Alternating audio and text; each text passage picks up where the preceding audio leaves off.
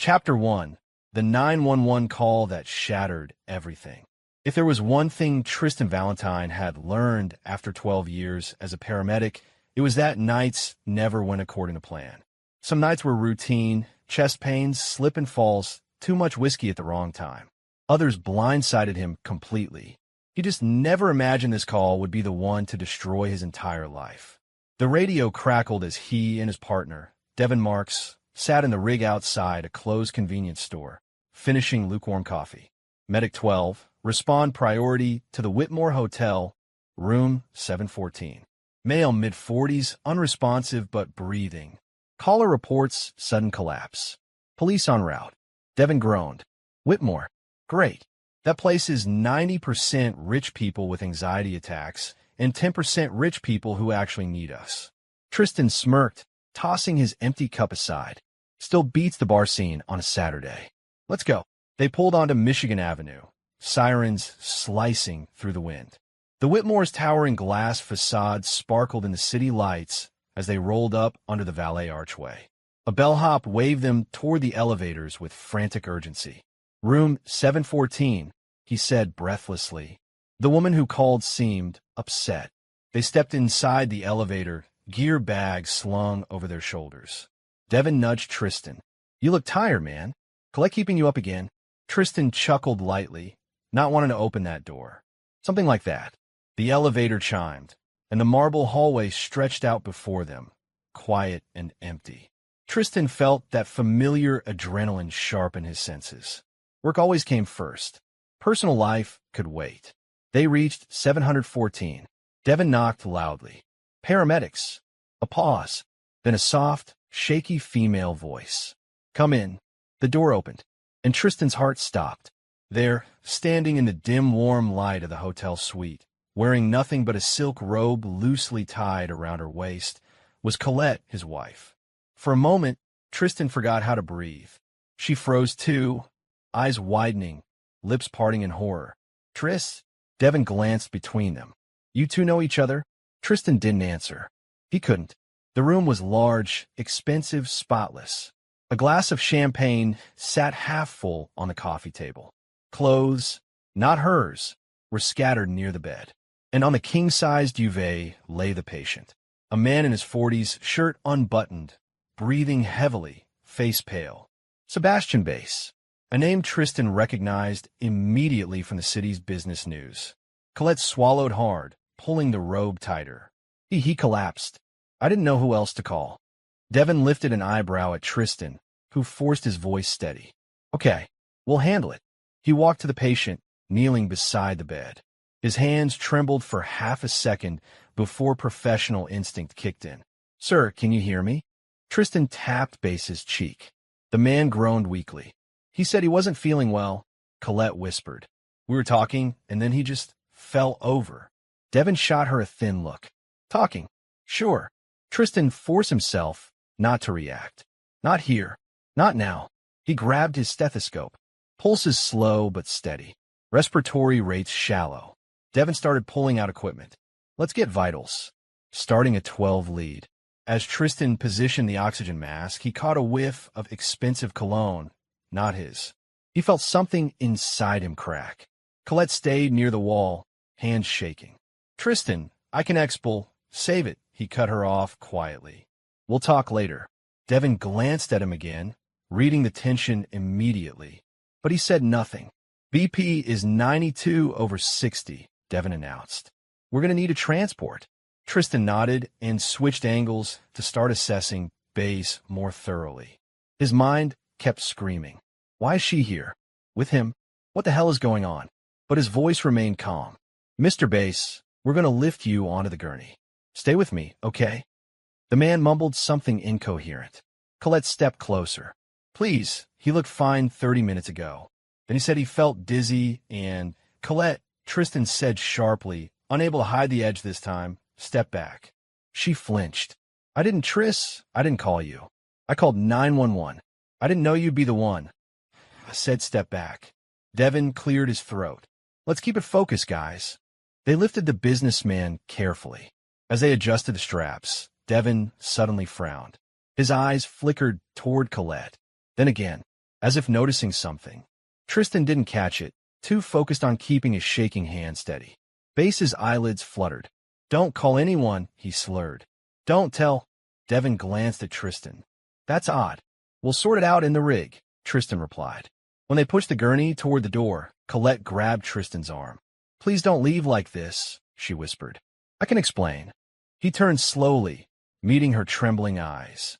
There were 1,000 words he wanted to scream, but they had a patient. "We'll talk when I'm off shift," he said, voice like stone. Her eyes glassed with tears, but he didn't look away. Not this time. In the hallway, Devin pressed the elevator button, then leaned in close to Tristan. "Hey," he murmured. "Are you good to keep running this call?" Tristan inhaled, held, exhaled. "Yeah, I'm fine." He wasn't, but work didn't care. As the elevator doors opened, Devin hesitated. He glanced back toward the suite.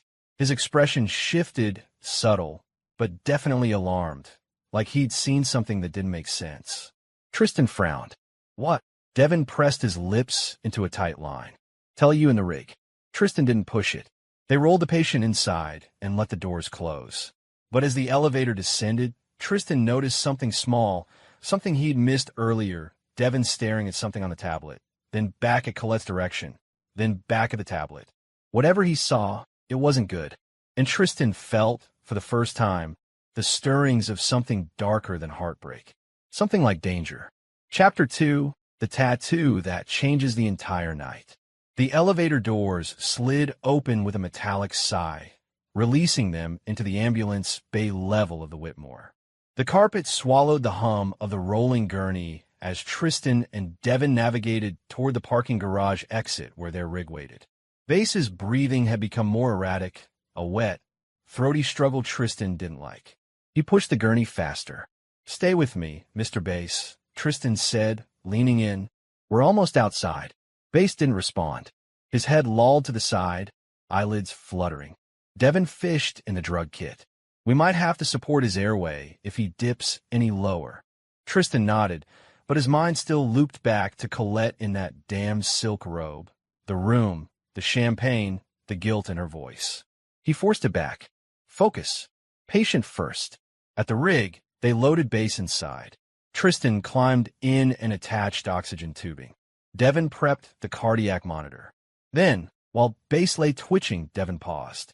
His gaze sharpened, not at the patient, but toward the hallway near the elevator they'd just come from. Tristan followed his line of sight. Colette stood there, barefoot, still in her robe, pale, hands visibly shaking. "Tristan," she said softly, please talk to me."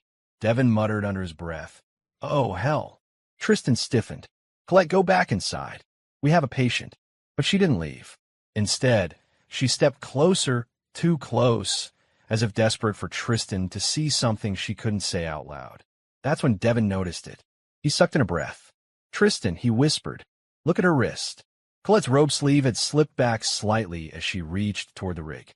And there it was, inked on the inside of her wrist, a black, crown-shaped sigil wrapped in a thin ring of barbed vines. Devin grabbed Tristan's arm, fingers tightening with urgency. "Dude, that symbol, that's the Crown Syndicate mark." Tristan blinked. "What?" Devin's voice dropped to a harsh whisper. "I've seen that symbol twice on gang case briefs. These people drug wealthy men, extort them, blackmail them, ruin their careers. They're dangerous, really dangerous." Tristan felt something inside him tilt. "Devin, that's my wife. That tattoo wasn't there before?" Devin asked carefully. "No, never." Colette realized they were staring at her wrist. She quickly yanked down her sleeve. "That's nothing," she stammered. "It's just a symbol. It's not what you think." But her voice cracked in a way that sounded like fear, not guilt. Base suddenly groaned loudly on the gurney, diverting attention. His arm jerked. His pulse thudded weakly under the pulse ox clip. Devin leaned toward Tristan, voice urgent but low. "Listen to me very carefully. If she's involved with the Crown Syndicate, this entire scene is compromised. We need PD. Now." Tristan stared at him, stunned. "Devin, you're asking me to—" "Yes," Devin said sharply. "Call the police. Do not treat her. Do not let her follow us to the hospital. and do not let her near this patient again. The finality in his tone was chilling. Tristan swallowed hard. His wife, the woman he thought he knew, might be part of one of Chicago's most notorious blackmail rings. His stomach turned. Tristan, Devin pressed, I'm serious. Don't freeze on me. That tattoo isn't random. It's their exact emblem. You call this in, or I do. Colette stepped closer, tears swelling. Tristan, please. It's not, it's just a tattoo. I swear to God. I didn't think you'd ever. Back away from the rig. Devin barked. The sharpness of his tone made her jump. Tristan felt the world narrow into a tight, suffocating space. His mind raced, Colette lying to him, being in that room, with that man, that tattoo. Colette, he said quietly, what is that symbol? She froze, eyes wide, silent. Colette, answer me. She opened her mouth, but no sound came out. Devin snapped open the radio. Dispatch, Medic 12 requesting immediate police presence at the Whitmore Hotel, Ambulance Bay. Possible criminal activity at the scene. Colette's face lost all color. Devin, she gasped. No, please. Tristan stepped out of the rig, blocking her from approaching. Colette, what is going on?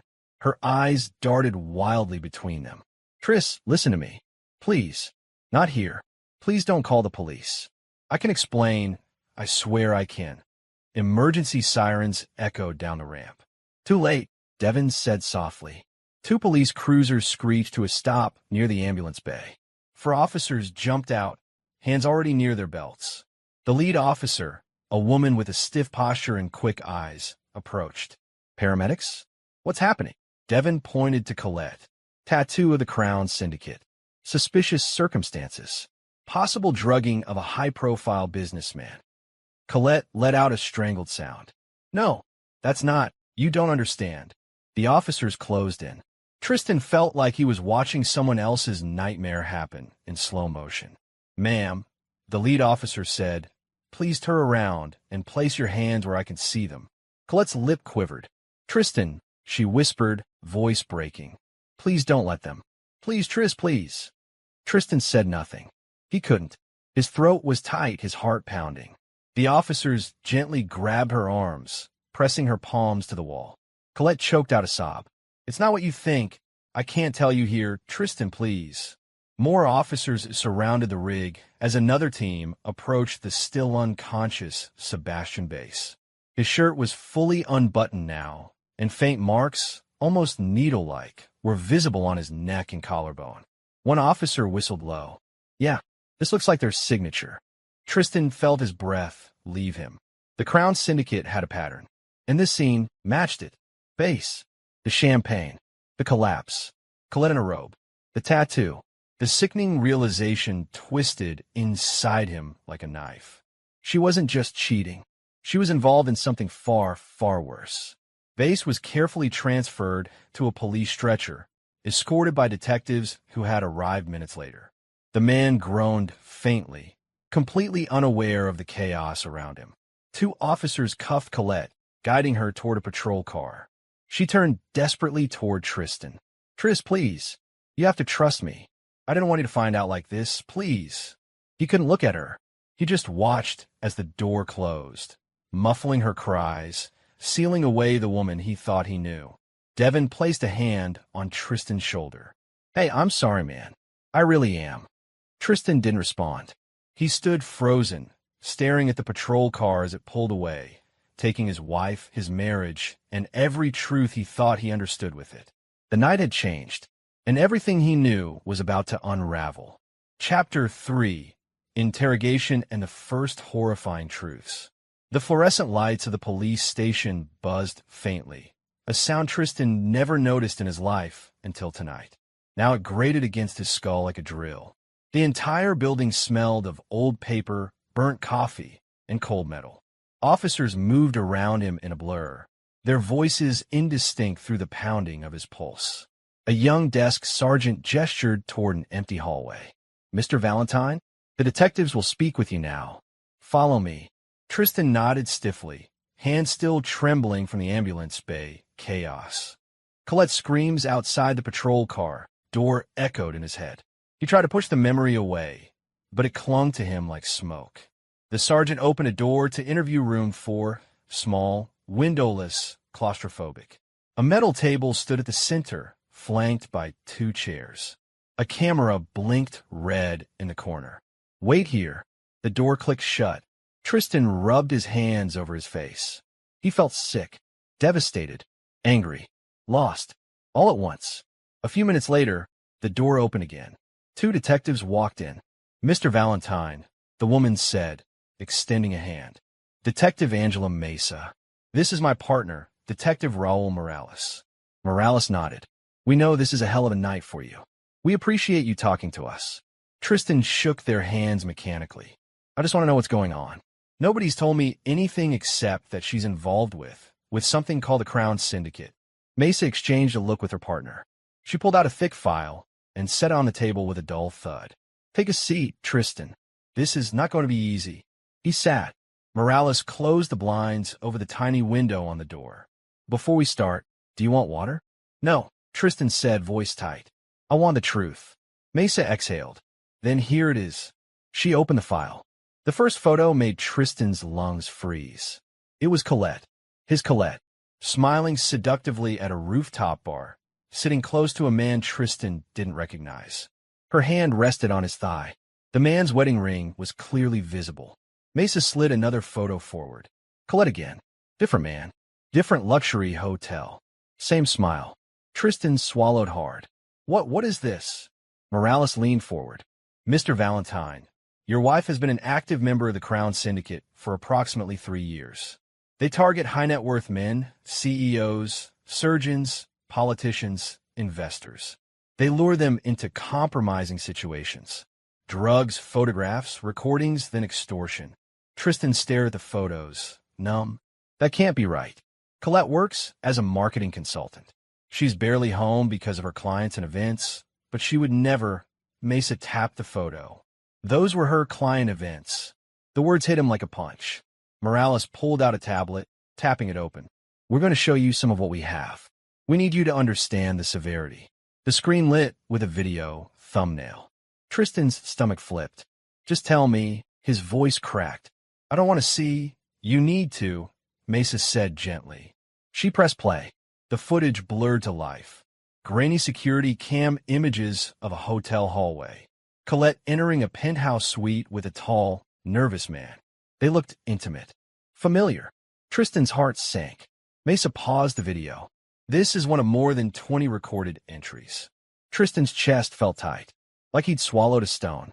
So she cheated? Morales shook his head slowly. Cheating is the least of the charges she's facing. Mesa turned another page in the file.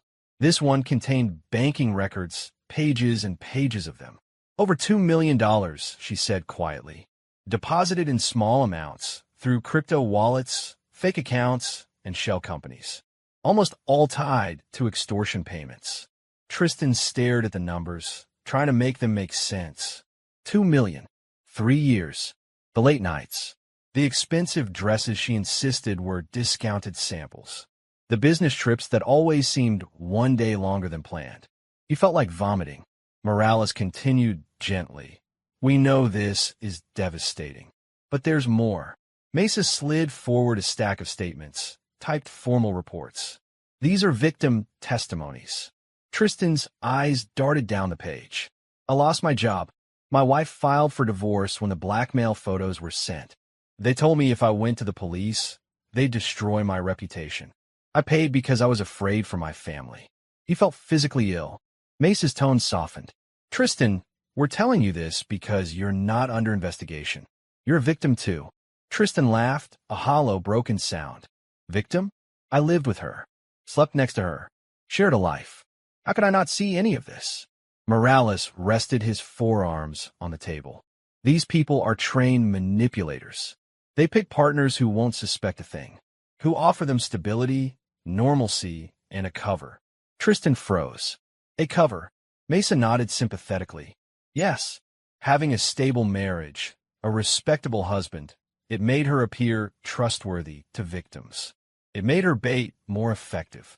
He felt the breath leave his lungs. So my marriage was a prop? A strategic prop, Morales said softly. One she used very effectively. Tristan shook his head. No, there were real moments. There were good nights, laughter, plans. She loved me. Mesa's gaze was apologetic. We have recordings, Tristan.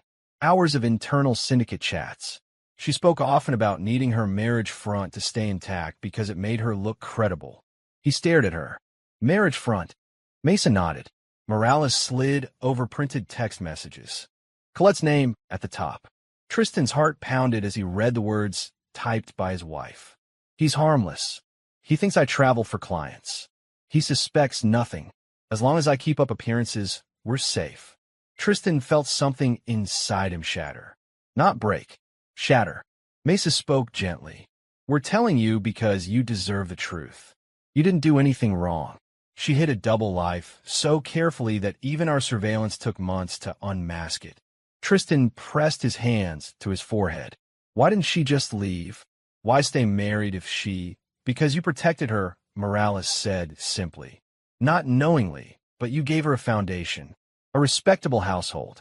A reason for victims to trust her story. Tristan sat back, dizzy. His life wasn't just breaking apart. It had already been broken. He just never saw it. He whispered, Where is she now? Mesa folded her hands. In holding, awaiting federal transfer. She hasn't asked for a lawyer yet. Tristan closed his eyes, trying to steady his breathing. Everything he knew, every memory, every promise, every soft moment felt poisoned. Morales lowered his voice. There's more we need to discuss. And a question we need to ask you. Tristan lifted his head. What question? Mesa leaned forward, her expression grave. We want your help. With her. With the Crown Syndicate. Tristan stared at them, stunned. His nightmare was only beginning. Chapter 4, Tristan's Reluctant Decision. Tristan Valentine sat alone in the gray interview room, elbows on the metal table, palms pressed over his eyes as if trying to push back the pounding behind them. The fluorescent light above him hummed in a steady, grating rhythm that felt too calm for what he had just learned. His wife, the woman he had loved, trusted, built a life around, was a criminal asset to one of the most dangerous syndicates in Chicago. 3 years. 3 years of lies. Of kisses goodnight. Of promises. All of it poisoned. The door creaked open. Detective Morales stepped inside first, her expression tight, controlled. Behind her followed Detective Mesa and 2 federal agents in dark suits, the kind that radiated authority without speaking. Valentine, Morales said gently, pulling out the chair across from him. We know this is heavy, but we need to go over the proposal carefully. Tristan lifted his head slowly. His eyes were red but steady. Proposal? One of the federal agents, a tall, stone-faced man with silvering hair, placed a thick file on the table. I'm Agent Keaton. This is Agent Ruiz, he said, gesturing to his partner. We're leading the federal investigation into the Crown Syndicate. Your wife is a critical asset, more valuable than she even realizes. Tristan let out a breath laugh, humorless, sharp. Asset, he repeated. Is that what you call someone who's destroyed half a dozen families? Agent Ruiz clasped her hands. We're asking you to help us take them down. That means keeping your current marriage intact. Temporarily. Tristan stared at them, stunned. You want me to pretend everything is normal? To go home with her? Sleep under the same roof? Morales spoke quietly. Colette doesn't know the depth of our investigation yet. She thinks Base was the target tonight, not her. She's scared, but she doesn't know she's exposed. If she suspects the truth, she'll run. And the syndicate will close ranks before we can grab the upper tiers. Agent Keaton opened the file. Inside were photos of men in suits, women with blurred faces, encrypted messages, bank transfers, surveillance shots. For 3 years, he said, your wife has been groomed into one of their most trusted operatives. She's a courier, negotiator, and occasionally a lure. Tristan flinched. Morales paused, watching him with sympathy. We're not asking you to forgive her. We're asking you to help us finish what her arrest started. Mesa rested his knuckles on the table. If you stay, keep routine, act natural, she'll lead us to the others. But if she panics, we lose everything. Silence filled the room. Tristan inhaled slowly, his chest tight. So you want me to play perfect husband for federal surveillance? Yes, Keaton said plainly. He leaned back, staring at the ceiling as the buzzing light grew louder. Do you know what she looked like tonight? He whispered. Not scared, not ashamed. She just tried to hide me, like I was some random paramedic who walked in at the wrong time. Morales met his eyes. Tristan, saying no is an option. We don't force civilians into operations like this. Mesa cut in, voice lower. But if you walk away, she'll know something's wrong. She'll know we have more than she realized. And she'll run, Ruiz added. She knows how. She's been trained for it.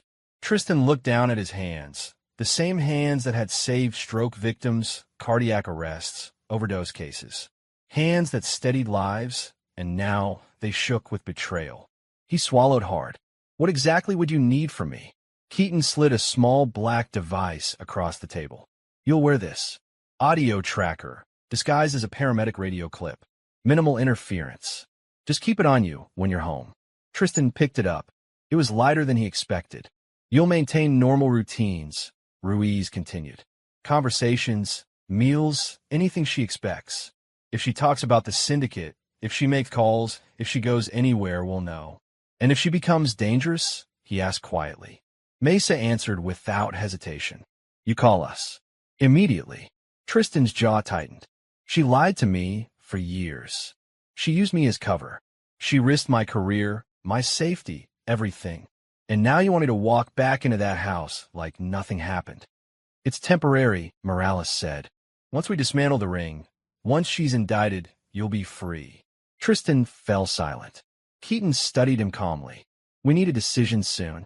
Colette will be released on monitored conditions in the next few hours. If you're not there to pick her up, she'll know something's off. The room seemed to shrink around him. He tried to picture going home.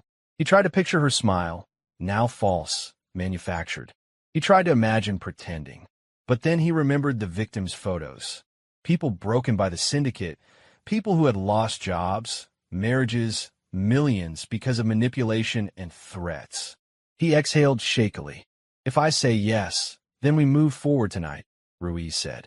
And if I say no, then we release her, Keaton answered. She goes home alone, and likely disappears within 48 hours. The word disappeared hit him harder than expected. He wasn't doing this for her. He was doing it for the truth. For justice. For himself. Tristan straightened in his chair.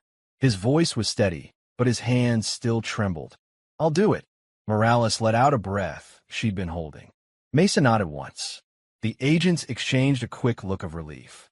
Tristan raised a hand. But I have one condition. Keaton lifted an eyebrow. Go on. When this ends, Tristan said quietly, I get to look her in the eyes and tell her it's over. No lawyers. No redirect. I want her to hear it from me. Ruiz nodded. That's fair. Morales leaned forward. We'll make sure you have that moment. Tristan stood, feeling like his legs belonged to someone else. So what now? Keaton gathered the files. Now we brief you. We set boundaries. And then you go pick up your wife and start the most difficult acting job of your life. Tristan swallowed, squared his shoulders, and followed them out of the room. His heart was breaking, but his resolve was solidifying. He would walk back into the lie, not because she deserved it, but because justice did. And when it was over, so were they. Chapter 5, Living with a Stranger. When Tristan unlocked the front door of the brownstone he once considered his safe place, he paused on the threshold. The house looked the same, warm lights, framed photos on the wall, the faint smell of lavender detergent, but it no longer felt like home. It felt like a crime scene. Colette stepped out of the kitchen when she heard the door. She was wearing a soft sweater and leggings, her hair tied back in a loose braid. Familiar, comfortable, the image of a loving wife. But her eyes flickered with calculation the moment she saw him. Tristan, she breathed, forcing a relieved smile. Thank God you're home. He swallowed the bitterness that rose in his throat. I told you I'd pick you up. She rushed forward and wrapped her arms around him. It was a hug meant to feel intimate, grounding, but he couldn't unsee the photos the detectives had shown him. The encrypted messages, the victims, the lies. He put his hands lightly on her back. Enough to look convincing, not enough to feel anything. I'm glad you're okay, he said with practiced softness. She stepped back, searching his face. "You're being gentle. I thought you'd be furious." He forced a small laugh that hurt his chest. "I'm a paramedic, Colette. People faint in hotels all the time." The rest was just awkward timing. She relaxed visibly, too visibly. A lie was an easy bed for her. "Let's just forget it happened," she said quietly. "Please." Tristan nodded. Sure, but he wouldn't forget. Not for a second. The house of masks. Night settled around them. Colette made pasta and poured wine while humming under her breath. She kept glancing at him, checking his mood, his reactions, his tells. She was assessing him like a mark. "So," she said lightly during dinner. "Devin seemed suspicious earlier. Did he say anything to you?" Tristan twirled pasta with deliberate slowness. "He was worried about you fainting. That's all. A lie to answer a lie." Her shoulders loosened. "Good. I'd hate for him to think something weird was going on." Tristan kept his expression neutral. "Why would he?" She froze for half a second, a glitch in a mask, then smiled again. "Exactly." After dinner, she kissed him on the cheek before heading upstairs to take a bath. The kiss felt mechanical, a pre-programmed marital gesture. He waited 10 minutes. Then he got to work. Her laptop. Tristan slipped into the home office and opened her sleek silver laptop. He placed the small federal tracking device, disguised as a flash drive, into the port. The screen came to life instantly. "Password," he muttered. He tried the obvious ones first. Her birthday, their anniversary, the dog they never got. Nothing. Then he typed the one word the agents had suggested. Crown 14, the laptop unlocked. His breath caught. The desktop was organized, color-coded, spotless. The workspace of someone who lived a double life with terrifying discipline. He clicked a folder labeled Receipts. Hundreds of PDFs, open one after another. Bank transfers, offshore accounts, cryptocurrency wallets, shell corporations. At the top of the list was the total. $2,186,300.42. Tristan stared at the number until his vision blurred. $2 million. From ruined lives. From broken marriages. From people she'd charmed, seduced, manipulated. From a life she built on deception, including her marriage to him. He felt sick. A new email notification appeared in the corner of the screen. Encrypted message from Blackbird. Tristan leaned closer. The message decrypted. Meeting confirmed. Usual place. Midnight. Bring the ledger. His stomach dropped. "Ledger," he whispered. Footsteps upstairs made him snap the laptop shut. He pulled out the flash drive just as Colette descended the stairs wrapped in a towel, hair damp, smiling softly. "Why are you in my office?" she asked, tone light but eyes sharp. Tristan forced a yawn.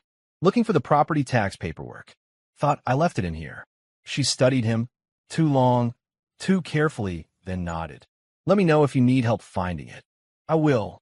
They passed each other in the hallway. He felt her gaze burning into his back. She didn't trust him. Not fully. But she didn't distrust him yet either. Soon. The burner phones. Colette was meticulous, but not perfect. At 11:07 p.m., Tristan heard the faint creak of the hall closet. He moved quietly to the top of the stairs and peered down. Colette crouched in the dark with a small fireproof lockbox. From inside, she pulled out 3 burner phones, black, unmarked, taped with numbers. She powered one on and whispered into it. "Yes, I'll leave in 20 minutes. No, he's asleep. Yes, I have a ledger." A chill ran through Tristan's spine. She wasn't just a participant. She was central. She ended the call, tucked the phones into her purse, and slipped out the front door without noticing him in the shadows. The moment it clicked shut, Tristan tapped the communicator on his belt. "She's leaving. Midnight meeting confirmed. She has something called a ledger." "Copy that." Agent Ruiz answered through the tiny speaker. "We're tracking her. Stay put. Stay put." With the house full of her secrets. With the ghosts of every lie she'd told. He moved through their bedroom, the kitchen, the living room, seeing everything with new eyes, as a stage she crafted to sell a perfect life. The wedding photo on the mantel made him pause. Her fake smile. His real one. He touched the frame, then put it face down. A crumbling marriage. Colette returned at 1:42 a.m. Her footsteps were careful, controlled. She eased into bed beside him and exhaled softly. Long bath. He murmured sleepily, pretending to wake. She said. I needed to clear my head. He pretended to accept that. She rolled onto her side. I love you, Tristan. It was reflexive, automatic. But tonight, he finally heard the hollow space beneath the words. I love you too, he said, because the investigation required it. She smiled in the dark. He stared at the ceiling, eyes wide open. The woman sleeping inches away from him wasn't his wife. Not the one he thought he married. This was someone else entirely, a woman crafted by a criminal empire, molded into a weapon, paid millions to ruin lives. And she had used their marriage as camouflage, as a shield, as a lie. Tristan closed his eyes, the weight of it all crushing down on him. He was living with a stranger. And tomorrow, he would wake up beside her again. Chapter 6, The New Target. Tristan knew something was brewing the moment he woke up. Colette was already downstairs. Not unusual, but the atmosphere was wrong, too still, too deliberate. He heard faint typing, the rustle of papers, her low voice humming with concentration. He sat on the edge of the bed, wiping a hand down his face. The clock read 6:14 a.m. Whatever she was planning, it wasn't small. He descended the stairs slowly, pretending casual morning sluggishness. Colette sat at the breakfast table with her laptop open, 3 burner phones lined neatly beside it, a mug of chamomile, tea steaming within reach. She looked up at him with a practiced smile. Good morning, she said brightly. He kissed her cheek, forcing a calm he didn't feel. You're up early. Busy day, she replied, shutting one laptop window too quickly. His chest tightened. Work. A tiny smirk flickered across her face. Not playful, confident, sharp, something like that. She slid a glossy folder across the table toward him. Tell me what you think. Just business feedback. Business feedback. He knew better than to question that wording too hard. Tristan opened the folder. A man's photo stared back at him. Strong jawline. Clean suit. 40-ish. The name printed below it. Matthew Olson, founder and CEO of Olson Tech Net Worth. $412 million. Tristan's breath caught, but he kept his expression neutral. He's impressive. Colette leaned back in her chair, eyeing him as if she wanted to watch his reaction molecule by molecule. He's my new client. His throat tightened. Client. A potential investor, she clarified with a slight tilt of her head. But these types always want more than business. They love attention. They love flattery. She paused, letting her voice soften. They love feeling special. He stared at the folder, heartbeat thudding like a drum against his ribs. You met him already? Not yet. Tonight. She crossed her legs, her tone growing almost playful. But I already know how it'll go. They're all the same, Tristan. Men with money are predictable. Needy. Easy. She lifted her mug, taking a slow sip, eyes locking with his over the rim. And Olson is about to be the biggest payday of my career. He forced a tight smile. I'm sure. She stood suddenly and walked toward him, draping her arms over his shoulders. Don't look so serious. It's just business networking. I need to make connections. You know that. You're good at it, he said quietly. She kissed his cheek. Very good. She picked up her phone and disappeared into her office, heels clicking on hardwood. The moment the door closed, Tristan exhaled, grabbed the folder, and slipped out the back door. The call to the detectives. Tristan's hands were trembling as he stepped into his car, shutting the door quietly. He pulled the police-issued, encrypted phone from his glove compartment, dialed Detective Mesa, and waited. She answered on the second ring. Valentine, talk to me. It's happening, he said, flipping open the folder. She's going after someone named Matthew Olson. Tech billionaire. She's meeting him tonight. A beat of silence, then a sharp inhale. Oh, hell, Mesa muttered. He told us she'd make a move, but we didn't know when. Who? Tristan asked. Do you know him? Mesa's voice changed, lower, tighter. Tristan, Matthew Olson is not a billionaire. Tristan blinked. What? He's an FBI agent. Deep undercover. He's been embedded in the Crown Syndicate's Tech Target division for a year. Tristan's pulse skyrocketed.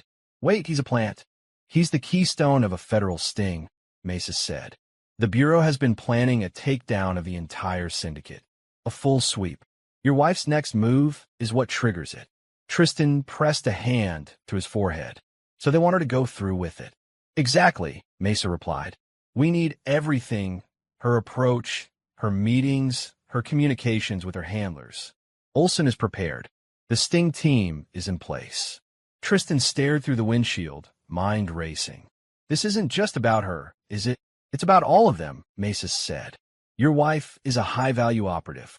She has contacts we haven't even identified yet. Tristan shut the folder, hands shaking. So what do you need from me? Mesa spoke slowly, deliberately.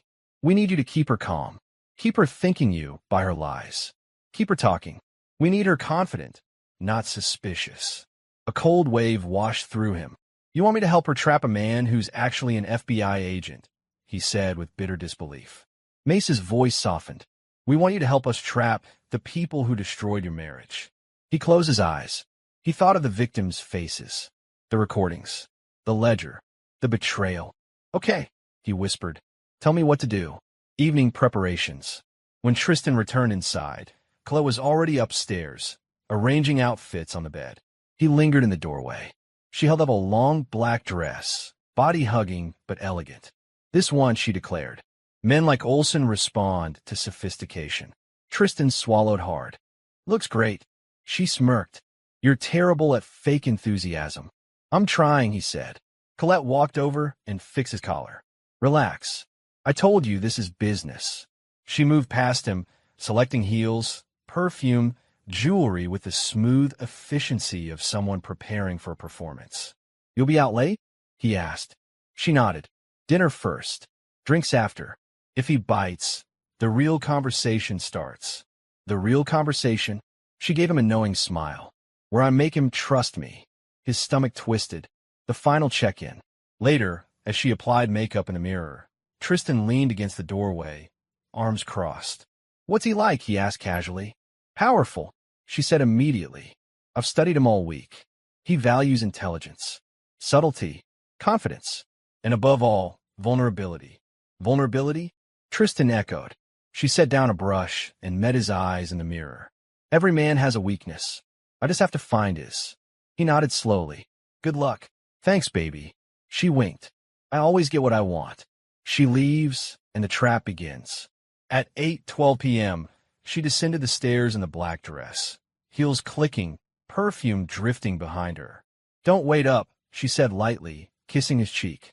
He forced a smile. Be safe. She laughed, light, careless, practiced.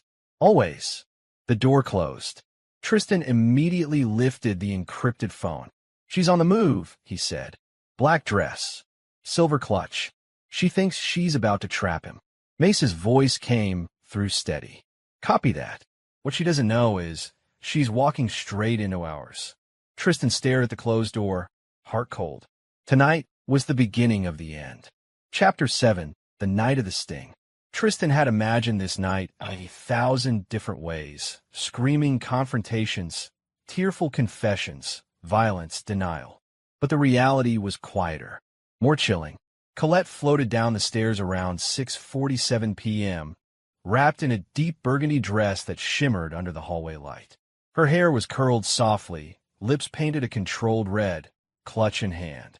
She looked expensive, effortless, and entirely manufactured. Do I look overdressed? She asked, spinning once.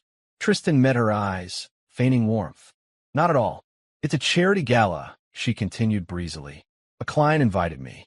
Connections. Networking. Boring rich people things. She said it with the ease of a seasoned liar. Tristan forced a chuckle. Well, try to have fun. She stepped closer, straightening his collar. You'll be working late, right? Yeah. Devin asked me to cover a double. He's got family stuff. Her eyes searched his. You sure you're okay with me going alone? Of course, he said, steady. I trust you. A lie to answer a lie. She kissed him lightly. Text me if you need anything. Same. And with a soft click, the door shut behind her. Tristan exhaled, pulled out his phone, and sent a single text to Detective Mesa. She's left. Phase 2. The double shift. At 7:15 p.m., Tristan slid into the passenger seat of the ambulance. Devin was scribbling something on a clipboard. Evening, lover boy, Devin said, without looking up. He paused, then smirked. I'm assuming she lied again. Yep, Tristan said, buckling in. Charity event. Devin scoffed. Charity for criminals, maybe. Tristan rubbed his eyes. You ready for tonight? Devin nodded, his expression shifting from sarcastic to steel cold. FBI already set up at the Whitmore penthouse. Cameras everywhere. Mics hidden in vents in the bar, even in the damn lamp sockets. Tristan stared at the windshield. And Colette. Walking into a nest she thinks she owns, Devin said. But tonight, she's prey. The ambulance rumbled as they headed out for their shift. Call after call filled their schedule. Minor injuries, a drunk man who refused treatment, then a kid with a sprained ankle. Each one was a puzzle piece of the alibi the detectives needed. Tristan was exactly where he should be, on duty, with witness logs proving it. But his mind was somewhere else entirely. Every few minutes, his phone buzzed with encrypted updates from Mesa. 8:14 p.m., she's in the elevator. 8:16 p.m., entering penthouse hallway. 8:17 p.m., Olson is already inside. Camera confirms. 8:20 p.m., she's smiling. Confident. Devin glanced over during a moment of quiet between calls. You okay? Tristan clenched his jaw. Ask me in an hour. The penthouse setup. Agent Matthew Olson stood in the penthouse suite, adjusting his tie. His demeanor was relaxed, but his eyes were razor-sharp. He wasn't a victim tonight. He was bait with a badge. Agents in black suits moved silently around him. Audio working? Olson asked. Mesa nodded. Crystal clear. She won't know a thing. Another agent tapped a screen. Every camera is live. As soon as she attempts administration of the sedative, we lock in probable cause. Olson checked his watch. She should be here any minute. As if on cue, there was a gentle knock on the penthouse door. The room froze. Showtime, Olson murmured. Colette's performance. The elevator chimed, and Colette stepped out like she owned the entire hotel. Her heels clicked softly along the marble hallway as she approached the penthouse. She tapped gently, the picture a charm. Olson opened the door with an easy smile. Ms. Valentine, right on time. Colette's laugh was warm, rehearsed. I never keep a valuable man waiting. She stepped inside, scanning the room with subtle glances masked as admiration. This is beautiful. Please. Olson gestured to the couch. Why? That would be lovely. She sat gracefully, placing her clutch on the table. Inside, agents knew, was a vial of liquid sedative and an injector disguised as a pen. Olson poured 2 glasses and handed her one. To new opportunities, he said. She clinked her glass against his. And profitable partnerships. They drank. Cameras captured everything. The first 30 minutes were smooth conversation, tech, investments, philanthropy. Colette listened attentively, nodding, smiling, leaning in at the perfect angles. Then she touched his knee lightly. So, Matthew, I want to talk about something discreet.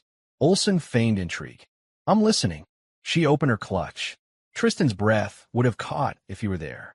Colette slid out the sleek silver pen. This helps my clients relax. Makes business become easier. Olson raised an eyebrow. Really? It's harmless, she purred. Just a little persuasion. She pressed the pen lightly against his wrist. The moment the tip depressed, alarms lit up on hidden monitors in the surveillance room. Admin attempt confirmed. An agent whispered. Mesa spoke into her mic, teams go. Before Colette could blink, the penthouse door exploded open. FBI, drop everything. Colette spun around, eyes widening as half a dozen agents stormed inside, guns drawn, voices booming. What is this? She screamed, stumbling back. Olson stood calmly, holding up his badge. You're under arrest, Colette Valentine. No, this is a mistake. I don't Tristan will vouch for me. Mesa stepped forward. Your husband already did. Handcuffs locked around her wrists with a metallic snap. No, she shrieked. Tristan doesn't know anything. Mesa leaned in, voice cold. He knows everything. Colette froze, and for the first time, real fear flickered in her eyes. Behind her, more agents tackled 2 men who had been waiting in the stairwell, syndicate backup. Within 90 seconds, the entire operation was contained. The empire she'd served for 3 years collapsed in an instant. The arrest notification. Tristan and Devin sat in the ambulance, waiting outside a hospital after dropping off a patient. The radio buzzed softly in the background. Tristan's phone vibrated. He opened the encrypted message. 9:02 p.m. She's in custody. The sting is complete. Devin let out a long exhale. It's done. Tristan stared at the message, feeling nothing. No joy. No triumph. No satisfaction. Just exhaustion. What now? Devin asked quietly. Tristan leaned back, closing his eyes. Now, he finally breathed. Now I start getting my life back. He slipped the phone into his pocket as another ambulance call came over the radio. Duty called. Life moved forward.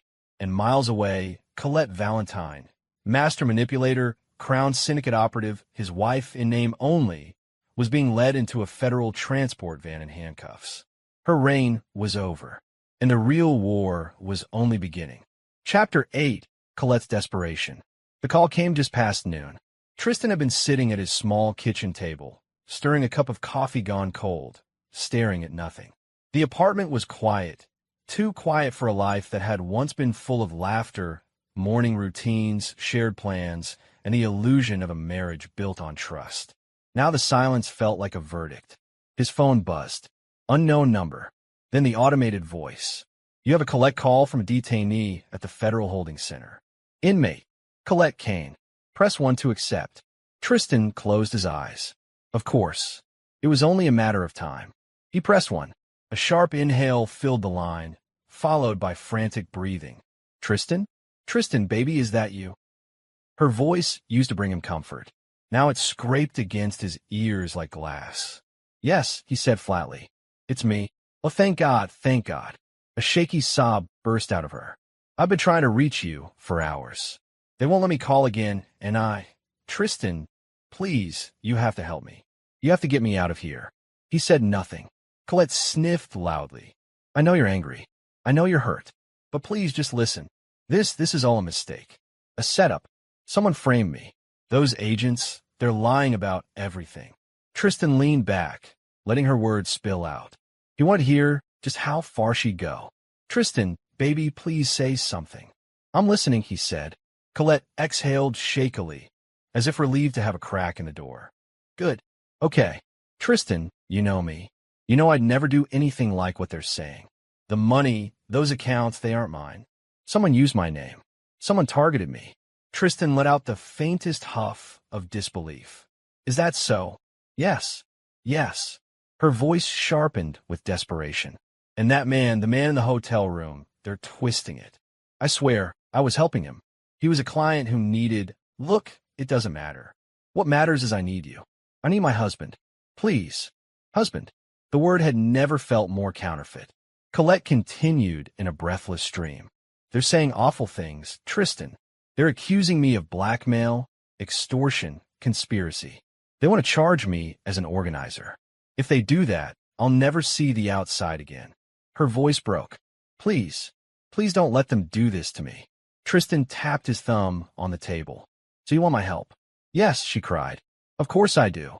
And what exactly? He asked. Do you want me to do? Give me a lawyer. A real lawyer. Someone expensive.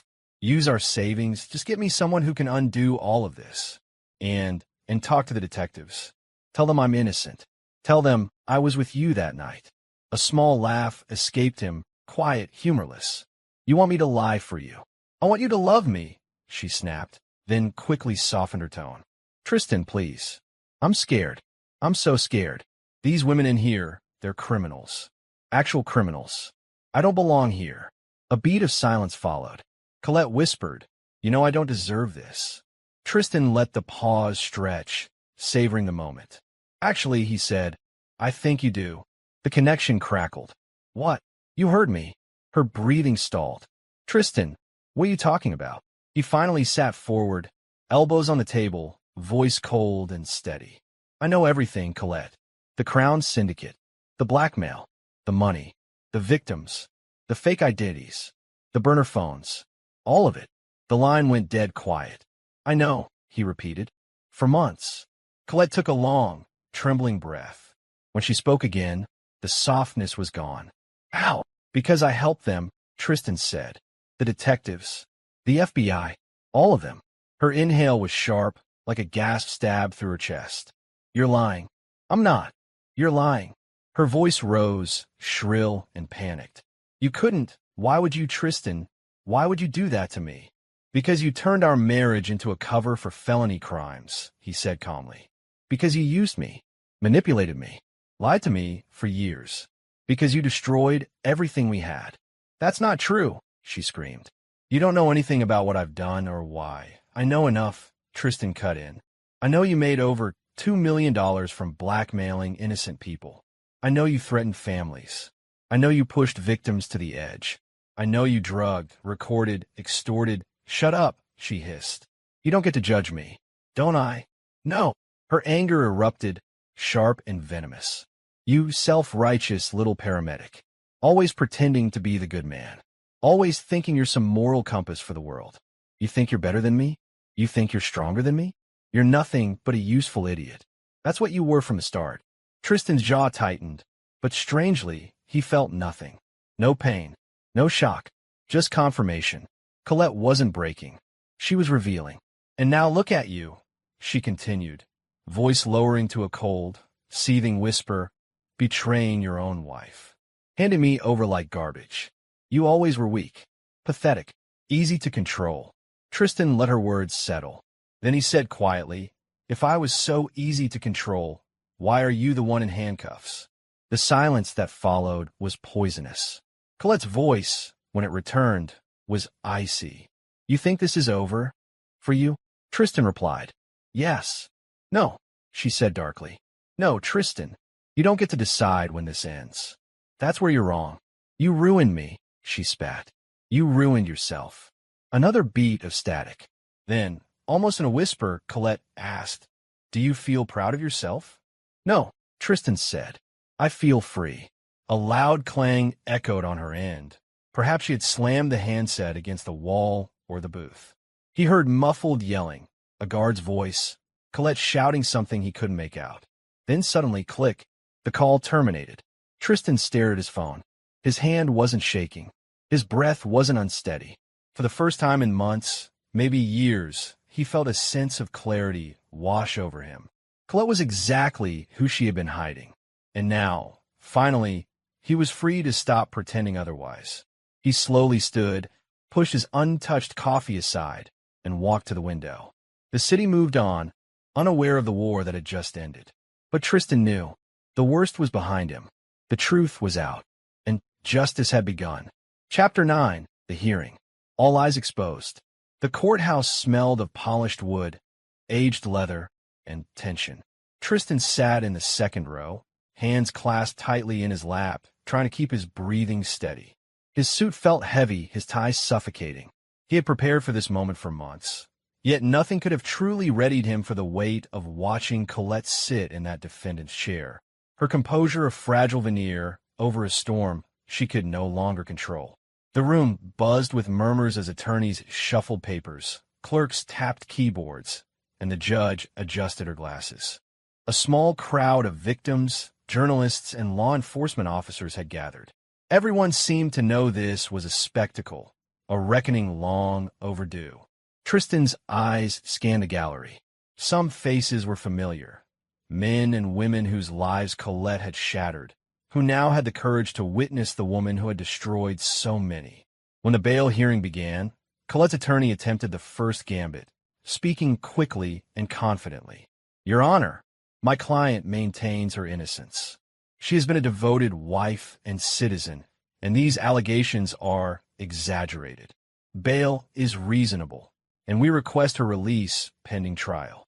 Tristan didn't flinch. He had seen the evidence. He had touched it, cataloged it, and carried the memory of it for months. None of it was exaggerated. Detective Mesa rose to present the evidence. Her voice was firm, unwavering.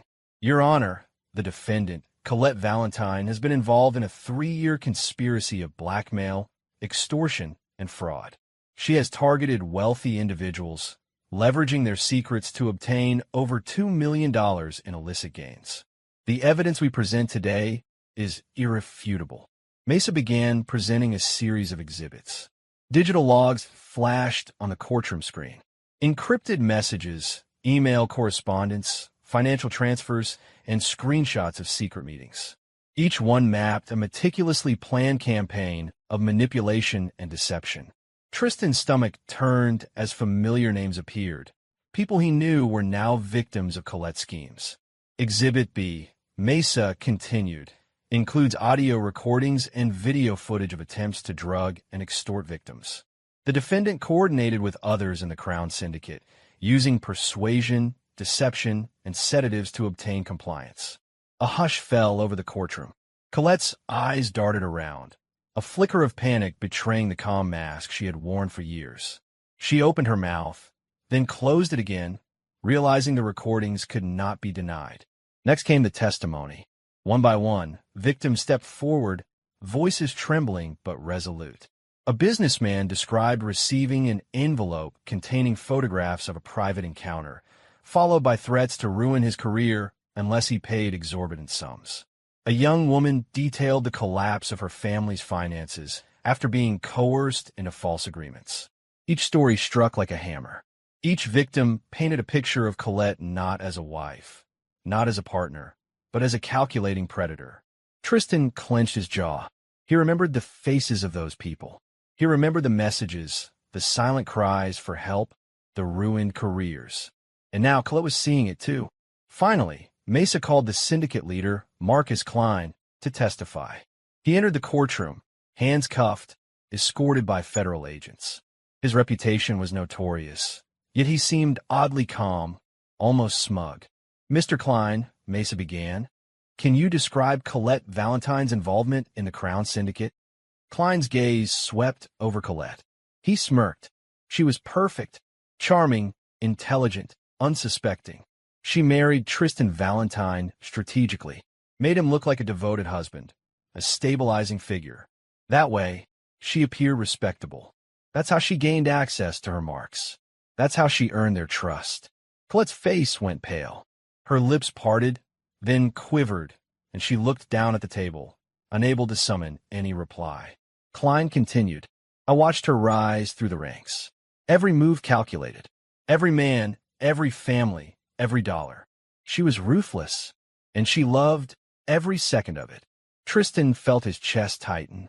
He didn't feel satisfaction. He felt vindication.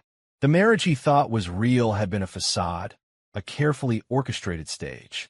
Yet, even amid the betrayal, a strange sense of closure washed over him. The prosecution played video footage next. Colette in the hotel suite with Sebastian Bass, smiling, gesturing, holding a glass of wine. The angle shifted to show her preparing a small vial. The room fell silent. She turned to glance at Tristan. On that footage, he was absent, but he felt the sting of recognition anyway. Then came the digital trails. Encrypted communications between her and other syndicate members, detailing plans, schedules, and targets. The judge flipped pages with a slow, deliberate rhythm. Every exhibit stacked against Colette like bricks in a wall she could not scale. Finally, the judge asked the prosecution, based on the evidence, is there any possibility of bail? Mesa's reply was unwavering. No, Your Honor. The defendant is a flight risk, given her resources, connections, and demonstrated capacity for deception. The risk to victims and witnesses is substantial. Bail should be denied. Colette's attorney attempted to protest, but the judge cut him off with a sharp glance. The motion for bail is denied. The defendant will remain in custody. A quiet shock settled over the courtroom. Colette's hands trembled on the table. Her eyes darted to Tristan, pleading, searching, hoping for some miracle that would rewrite this night. But Tristan didn't look at her. Not once. Her composure collapsed. She began to cry, first quietly, then with anguished, panicked sobs. She pounded the table with her fists, muttering, No, this isn't fair, this isn't real. Tristan, you have to. Detectives and bailiffs moved to keep her restrained, but the damage had been done. The world she had controlled for so long had crumbled. Every lie, every manipulation, every carefully planned deception had been exposed. She had lost everything: freedom, reputation, money, and the husband she had attempted to use as a shield. Tristan finally allowed himself a small exhale, shoulders slumping as a wave of relief mingled with sorrow washed over him. He had survived. He had seen the truth laid bare, and the woman he once loved, or thought he did, had been unmasked for who she truly was. For the first time in years, Tristan felt the weight lift. Justice had begun, and there was no going back. Chapter 10. The Fall of the Crown Syndicate. The federal courthouse was buzzing with activity. Agents scurried in dark suits, their phones pressed to ears, folders under arms. Reporters hovered near the entrance, pens ready, cameras poised. Tristan Valentine stood quietly in a corner of the gallery, hands folded, heart hammering, not from fear, but from the weight of what he was about to witness. Colette Valentine entered, flanked by her attorney and federal marshals. She wore a standard-issue prison blazer over a crisp blouse, her hair tied back tightly. Gone were the silks and designer gowns. The air seemed to strip away her glamour, leaving only a woman exposed. Her eyes swept the room and finally landed on Tristan. He met her gaze steadily, calm, composed. There was no compassion there, no warmth, just the quiet steel of someone who had survived betrayal and was finally free from its grip. The judge called the court to order. We are here for the plea hearing of Colette Valentine, defendant in United States versus Valentine et al. Ms. Valentine. Do you wish to enter a plea at this time? Colette swallowed hard, her fingers twisting in her lap. Her attorney leaned close, whispering instructions, reminders of the consequences. She nodded, though her eyes flicked to Tristan one last time. I plead guilty, she said, voice wavering but firm. A collective gasp swept the courtroom. The Crown Syndicate had been elusive for years, slipping through investigations, leveraging wealth and connections, avoiding conviction. The fact that Colette, one of their most cunning members, had finally surrendered was monumental. The prosecutor stood, papers in hand. Your Honor, in light of Ms. Valentine's cooperation and guilty plea, the United States recommends a sentence of 25 years in federal prison, with no possibility of parole for 15 years. We also request that the court order full forfeiture of all assets connected to criminal activity. Colette's attorney attempted a final appeal, voice tight. Your Honor, Ms. Valentine has shown remorse and willingness to cooperate. While the charges are serious, a sentence allowing eventual parole would recognize her cooperation and remorse. The judge's gaze was sharp, unyielding. The law must weigh the scale of justice against the magnitude of the crimes. Ms. Valentine's actions were calculated, deliberate, and affected countless victims. The recommended sentence is appropriate. Colette's shoulders slumped, her eyes filled with tears, but there was no fire left in them. The bravado, the arrogance, the manipulative charm, everything that had defined her was gone. For the first time, the reality of her actions hit her fully. Tristan listened in silence. He felt no satisfaction in her despair, no joy in her tears. Instead, he felt relief. The unbearable tension that had held his life hostage for years began to ease. Justice was no longer an abstract concept. It was tangible, delivered. One by one, other members of the Crown Syndicate were addressed. Marcus Klein, the calculating leader, received 30 years. Associates who had facilitated blackmail, extortion, and coercion faced 20 to 30-year sentences. The organization, once a shadowy empire of fear and wealth, was being dismantled piece by piece in real time. Colette leaned forward, glancing at the courtroom walls as if searching for a window out. The truth had trapped her in a cage far more confining than steel bars. The victims she had tormented, some present in the gallery, some watching on live stream, were now witnesses to the consequences. Faces filled with quiet vindication. One man, whose life she had ruined financially, looked directly at her. She flinched. The judge's gavel slammed down. This court acknowledges Ms. Valentine's plea. Sentencing will proceed in accordance with federal guidelines. Ms. Valentine will be remanded immediately